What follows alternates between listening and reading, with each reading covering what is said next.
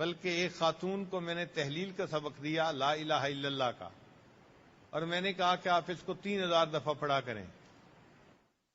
اس نے فون کیا کہ حضرت میرے بچوں کی شادیاں ہو چکی اور میں اب 50s کی عمر میں ہوں، میرے پاس بڑا وقت فارغ ہوتا ہے، آپ مجھے اور عمل بتائیں۔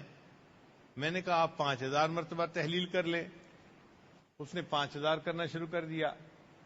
پھر اس نے فون کیا جی میرے پاس بڑا وقت ہے اور بتائیں۔ میں نے کہا 15000 دفعہ کرو۔ پھر اس نے فون کیا جی اور بتائیں، وقت بہت ہے میرے پاس۔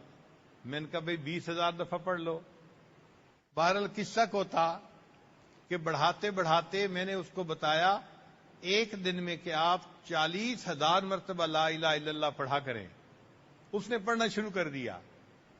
جب رمضان کا مہینہ آیا تو میں سمجھا کہ 40000 رمضان میں تو نہیں پڑھ سکے گی، تو یہ مجھے پوچھے گی کہ اب میں اس کو کچھ کم کر لوں، تو میں کم کر دوں گا تاکہ اس کے لیے آسانی ہو جائے۔ اللہ کی شان، اس نے رمضان کے بعد فون کیا کہ حضرت میں نے روزانہ 40000 مرتبہ تحلیل بھی پڑھی اور میں نے اس رمضان میں 32 مرتبہ قرآن مجید بھی مکمل پڑھ لیا۔ تو کرنے والے لوگ آج کے دور میں بھی الحمدللہ خوب ڈٹ کے عبادت کرتے ہیں، اپنے اللہ کو مناتے ہیں۔